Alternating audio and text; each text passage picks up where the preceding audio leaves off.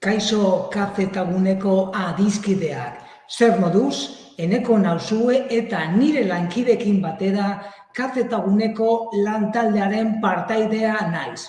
Astero bezala, gaur egun teknologia berrien inguruan, berri den gai inguru desberdinean inguruan, hizketan gatoz zuzenean gure YouTubeko kanaletik. Zuzenean ikus gaitzakezue eta gogoratu orain arte eskainitako hitzaldi guztiak kazetaguneatik YouTubeko kanalean eskuragai dauzkazuela. Eskerrik asko kazetaguneko langileok sortzen dugun lantaldearen izenean eta minutu entretenigarriak izan dizazuela espero dut. Beraz, ekin diezaiogun bada gaurko gaiaren inguruan berbetan. Azken finean, gaurko gaia, zein da gaurko gaia? Egunerokotasunerako adimen artifizialak edo inteligentzia artifizialak dalakoak. Hau da, gaur, adimen artifizialaren inguruan ariko gara hizketan, izan ere, gure eguneroko bizitzan modu harrigarrian sartu baitira. Hau da, gaur egun, adimen artifizialari esker, gauza asko eta asko era errezago batean egin ditzakegu. Beraz, gaur, gure bizitzagoa erraza izan dadin olako aplikazio eta software edo programa desberdinak aztertuko ditugu. Beraz, gaur gure artean adimen artifiziala. Baina gogoratu, adimen artifiziala izan ere, adimen artifizialari buruz, hizketaldi eta hitzaldi gehiago eman ditugu. Beraz, hitzaldiagaz hasi baino lehen, adimen artifiziala edo zer den esango dizuet, azken finean laburbilduz. Adimen artifiziala, fikziotik errealitatera, baina zer da adimen artifiziala dalako hau ba? Zereginak automatikoki egiteko programatuta dauden makinak.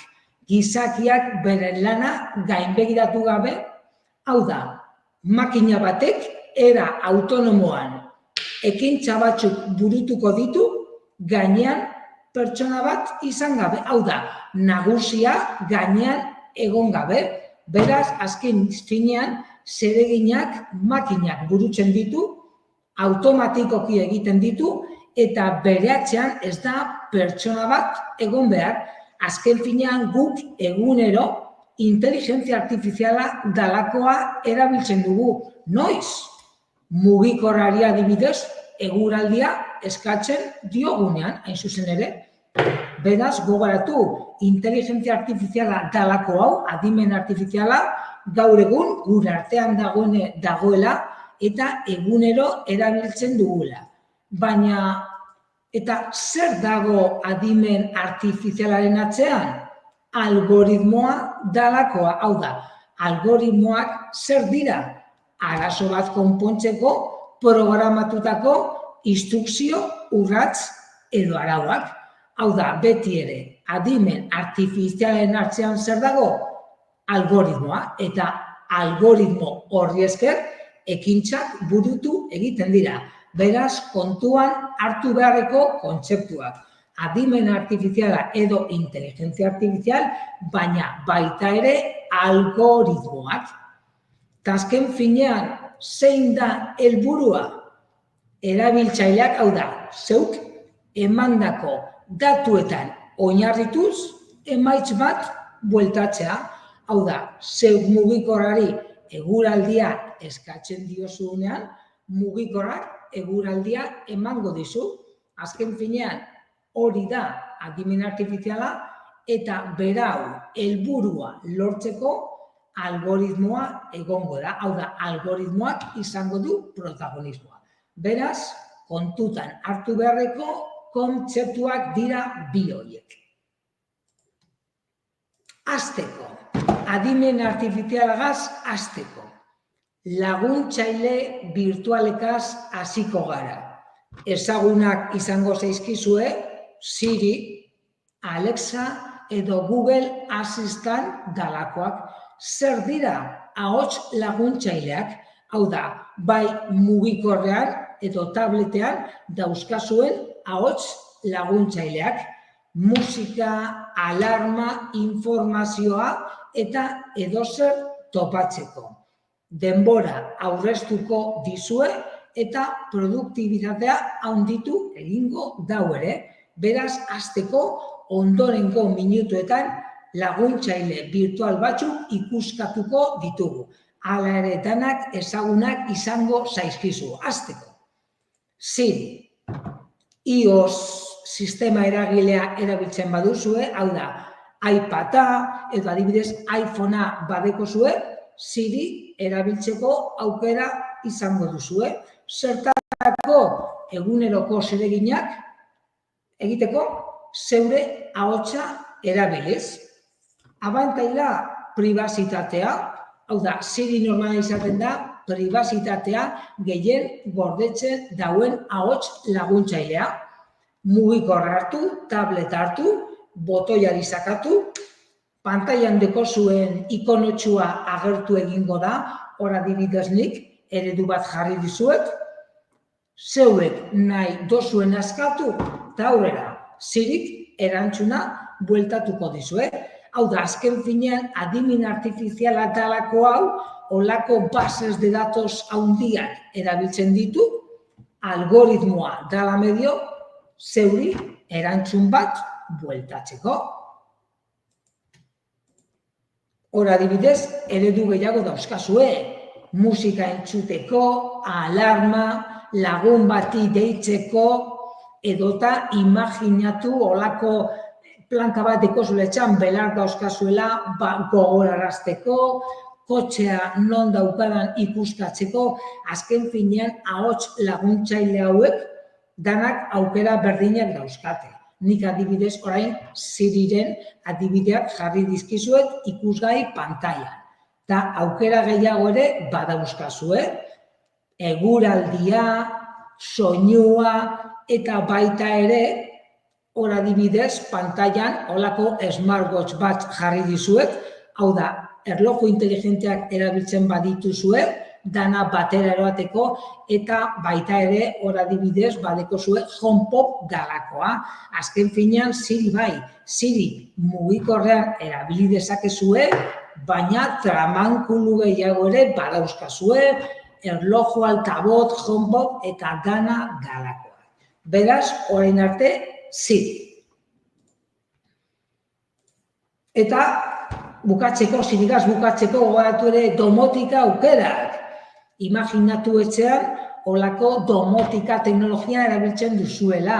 Bai, mugikorraren da medio, bai argia kendu eta pizteko, eta dana dalakoa.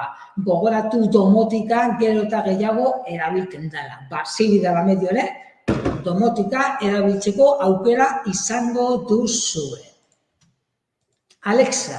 Alexa, ezaguna zaizue Alexa, Amazonena da Alexa, eta Amazonek odeian daukan ahots zerbitzua dugu Alexa.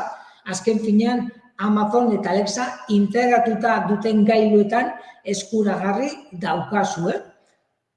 Siriren antzeko zeo zer bada ere, hori, Alexa zer da ahots esperientzia naturala. Hau da, egunero erabiltzen dugun teknologia modu intuitibo batean erabilteko aukera izango duzue Alexagaz. Azken finean funtzioak musika, albiste, eguraldi, zerrenda, temporizador eta baita ere Siriz egiten dugu moduan domotika, hau da, etxea kontrolatzeko aukera. Gauza da, tramankulu guzti hauek egunez egun eguneratu egiten direla, hau da, softwarea beti ere eguneratzen dabilela.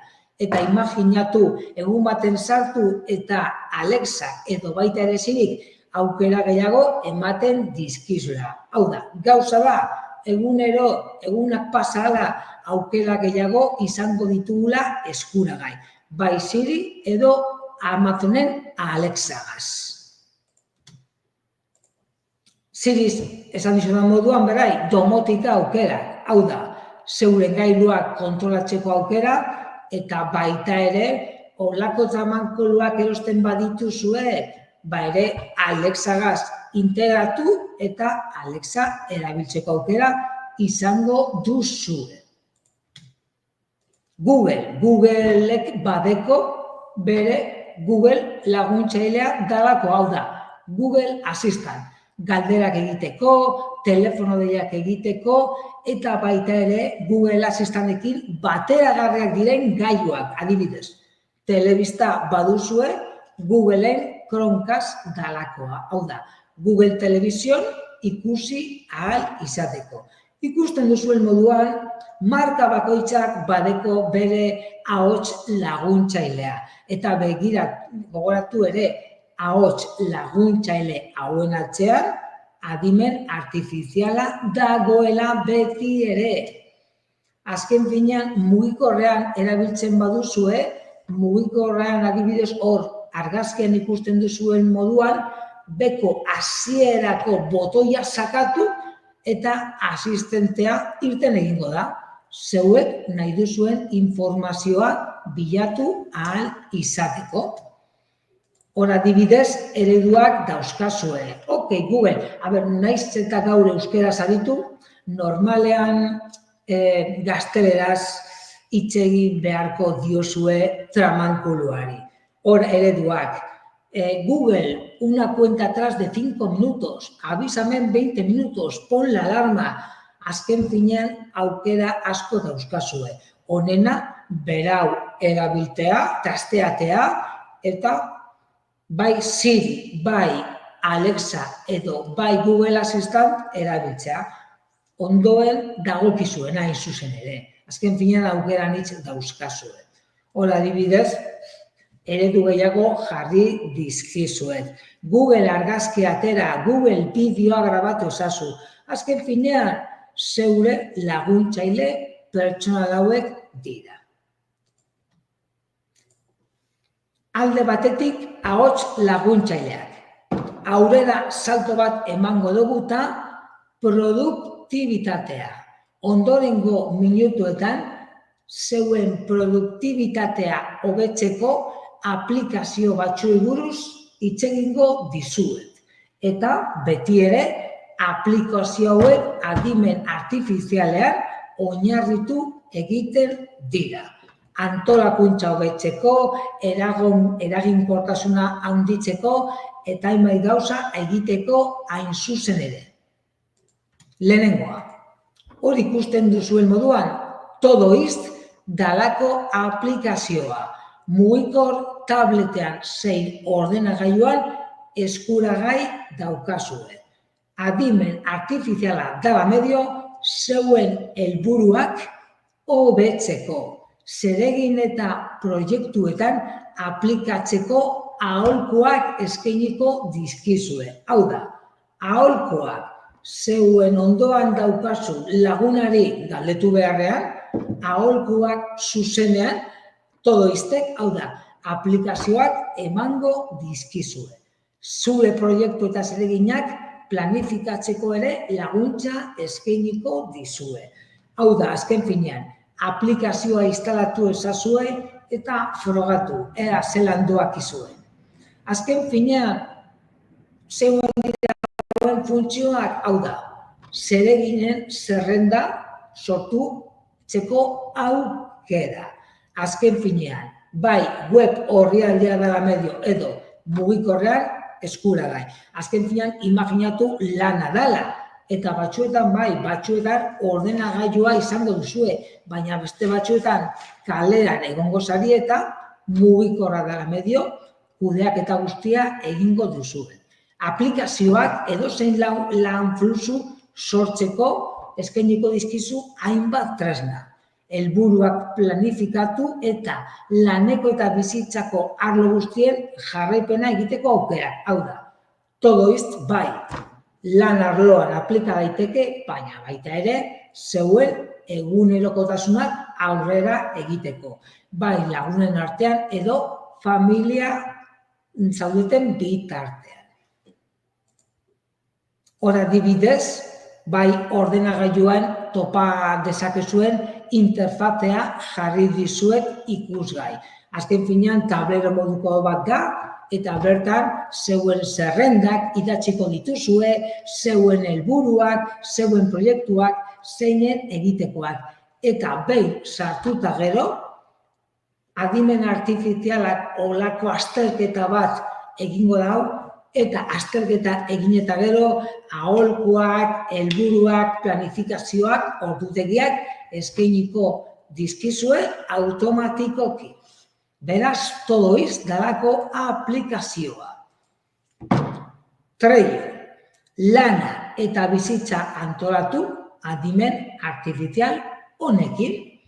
Trello olako tresna visual moduko bat da.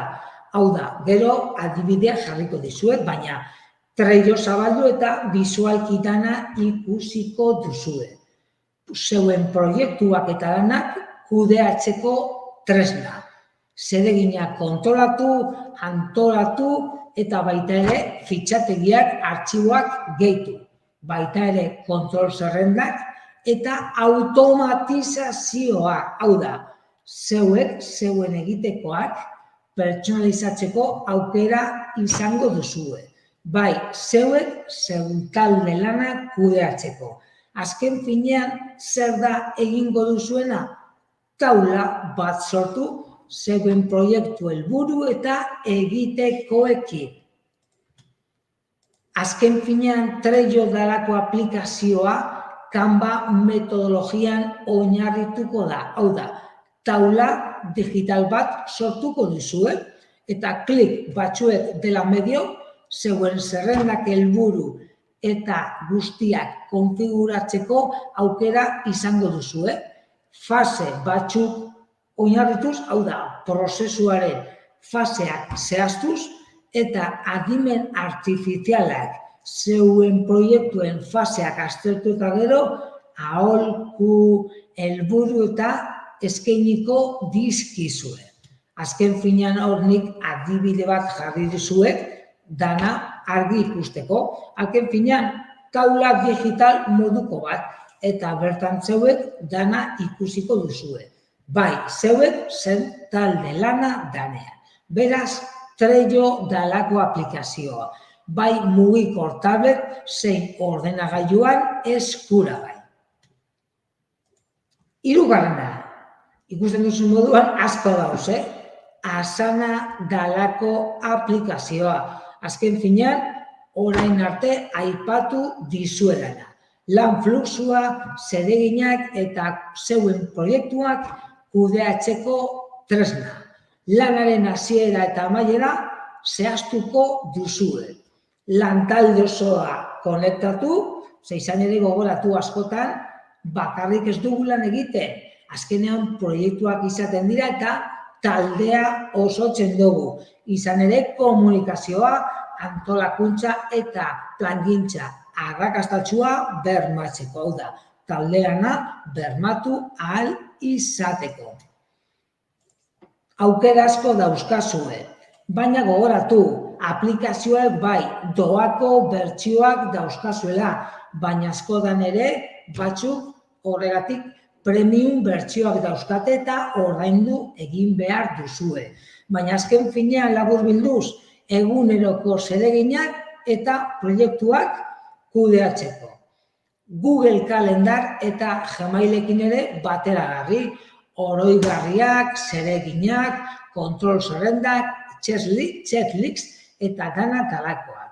Ikuspegia aldatzeko aukera, hau da, pertsonalizatzeko aukera, interfaz erreza eta intuitiboa, eta zeuen proiektuetan kolaboratzaileak sartu ditzakezue. Hau da, gonbidapenak bestei eskaini. Asana dalako aplikazio honekin.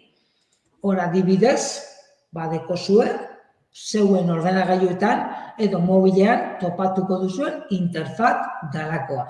Azken finean, zeuen proiektua hor ikusgai izango dituzue. Bai, hasieratik amaierara arte. Eta beti ere, behin zeuen proiektua konfiguratuta gero, asanatalako hau, inteligentzia artifiziala erabiliko dau eta honen antzean dauen algoritmoak, eta inteligentzia artifizial dalako hauek laguntza eskainiko dizuete zeuek zeuen helburuak lortu ahal izateko. Produktibitatea albo batera utziko dugu eta zuzentzaile ortografiko eta gramatikalak, hau da, Grammarly dalakoa, hau da, zeuek idatzitakoa aztertzeko, zuzentzeko eta iradokizunak jasotzeko. Azken finean testu asko eta idatzi asko egiten badituzue, gogoratu. Grammarly da zeuen aplikazioa. Azken finean Grammarly zer da? Adimen artifizialak lagundutako idazketa zerbitzua. Azken finean, imaginatu ingeleseko irakaslea daukazuela, baina non, zeuen mugikorretan sartuta, hau da, lehen komentatu dugun, zeuen makinan sartuta, ortografia, puntuazioa eta gramatikan oso zehatza da, argia eta beti ere erakargarria eta erabilt erraza. Imaginatu Gmailen mezu bat bota behar duzuela, imaginatu Grammarly, olako ideia batzuk emon eta aplikazioak adimen artifiziala dala medio idatzia sortuko dizu. Funtzionamendua beraz nahiko erreza da. Hala ere askotan, imaginatu testua ja sortuta daukazuela. Testua tresnan itxatzi, kopia-pega dalakoa burutu, aplikazioak adimen artifizialan oinarrituz akatsak somatuko ditu eta akatsak zuzenduko ditu. Eta horrez gain, edukien balorazioa eskainiko dizue, puntuazio bat jasoz. Azken finean, Grammarly dalako aplikazio hau olako datuetan oinarrituko da. Eta datu horietan oinarritu, hau da, base de datos horietan oinarrituz, zeuen tekstua zuzendu eta iradokizunak eskainiko dizkizue. Beraz, gogoratu, testu asko burutzen badituzue, Grammarly da zeuen aplikazioa. Eta hizkuntza bat ikasi nahi baduzue, hizkuntzak ikasteko ere, aplikazio asko eta asko dago. Eta aplikazio hori gaur egun adimena artifizialean oinarritzen dira. Gaur nik adibidez, bi aipatuko dizkizuen. Duolingo eta Babel. Duolingo dalako aplikazioa. Duolingo BirdBrain adimen artifiziala dalako ereduan oinarrituko dira zeuk hizkuntza ikas dezazun. Hau da, ariketak zure mailara egokituko ditu, zure aholguneak eta indarguneak somatuko ditu, eta zure aholgune eta indarguneak somatuta gero, ariketa pertsonalizatuak eskainiko dizkizue. Hau da, nola ikaskuntza adituek sortutako edukietan oinarrituz, hau da, profesionalek sortutako ariketak hartuko ditu eta baita ere zeuek sortutako eta egindako ariketak. Gauza horiek aztertu eta gero, algoritmoa dala medio, zeuei ariketa pertsonalizatuak eskainiko dizkizue. Lehen adibidez, danok ariketa berdinak geneuzkan. Hizkuntzak ikasten genituetan, gaur egun, ikasle bakoitzak ariketa desberdinak izango ditu, beti ere bere mailan oinarrituz. Beraz, Duolingo. Hor adibidez, mobilan ere aplikazioa instalatzen baduzue, olako pantailazo batzuk jarri dizkizuet, aplikazioaren ideia har dezazuen. Beraz, Duolingo. Babel. Hizkuntza ikasteko Babel. Hau da, Babel, ahots ezagutzan oinarritzen den teknologia, hau da, reconocimiento de voz dalakoa, hau da, hizkeraren ezagutza eta elkarrizketa. Askotan bai, askotan arkatxaztu eta ariketak burutu egiten ditugu. Eta elkarrizketa, ahoskera, zer? Bazkenetan, ahoskera. Hobetu nahi baduzue, Babel da zeuen aplikazio. Hau da, elkarrizketak egin nahi badituzue, Babel. Hau da, azken finean, speech recognition dalako teknologian oinarrituko da. Hau da, elkarrizketak burutuko dituzue, audio chatbot dalako batean. Hau da, imaginatu, elkarrizketak lagun batekin egin beharrean, elkarrizketak norekin, mugikorrerarekin egingo dituzue, hiztegi ikasgaiak, errepikapen ariketak eta iritziak. Hau da, ahoskera zuzena da helburua. Ze askotan bai, askotan idazkera perfektua egin genezake. Baina ahoskera, hau da, ahoskera beste gauza bat da. Beraz, elkarrizketetan hobetu nahi baduzue, gogoratu, Babel. Osasuna eta ongizatea. Tendentzia modan dagoen ongizatea, ongizatearen alorrean ere aplikazio gehiago dauzkagu. MyFitnessPal dalako aplikazioa egunean jaten dugunaren kontrola edukitzeko aukera. Hau da, jaten duguna, bazkal ordua, afal ordua, dana dalakoa. Hau da, elikagai eta otorduei buruzko nutrizio informazioa eskainiko digu. Hau da, zer jaten dugun, kaloria kopurua eta dana dalakoa. Aplikazio honek adimen artifiziala erabiliko dugu. Zertarako guk adimen artifiziala da medio, gure jateko ohiturak sartu, eskaini, eta adimen artifizialak ohitura hauek jaten duguna aztertu egingo dau, zertarako iradokizunak eskaintzeko. Hau da, geure dieta hobetzeko, olako ohitura hobeagoak eta iradokizunak eskainiko dizkigu adimen artifizialak. Gogoratu, adimen artifizialak gaur egun guztiaren atzean dagoela. Sleep cycle. Sleep, loa, hau da, loaren analiziaren eta iratzargailu adimenduna, hau da, gure loaren analizia. Funtzioak, lo eta zurrunga grabagailua, hau da, imaginatu zurrunga egiten dugula lo egiten dugunean. Aplikazionek gure zurrunga grabatu egingo dau.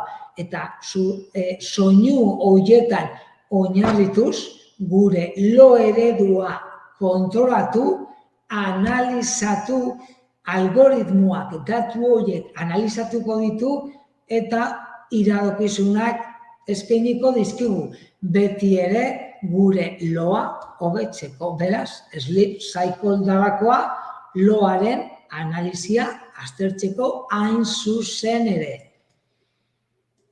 Azken finean aplikazio asko dauz, baina telebista asko ikusten duzue, Netflix erabiltzen duzue, Amazon Television edo Google Television, gogoratu telebistaren atzean ere, adimen artifiziala ere badagoela.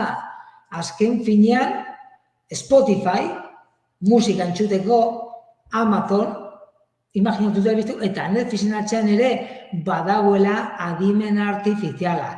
Eta horren atzean gomendio algoritmoa dalako. Hau da, ikaskuntza automatiko sisteman oinarritzen den algoritmoa. Hau da, algoritmo hauek normalean zuk ikusten duzuna, entzuten duzuna aztertu egingo dau.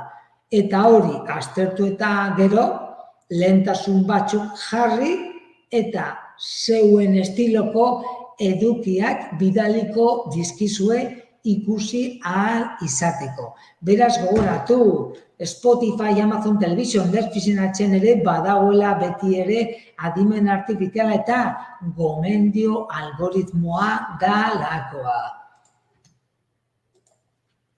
Horrez gain, gaur egun erabiltzen dituzuen aplikazio eta herramienta eta tresnaskoen atzean ere adimen artifiziala ere badagoela esango dizuet. Adibidez, nabigatzaile bat erabiltzen duzunean, Internet Explorer, Firefox, Google Chrome, hor badeko zue adimen artifiziala, baita ere Google Fotos, baita ere Google Maps, hau da, adimen artifiziala gaur egun aplikazio eta tresna guzti horien atzean dago.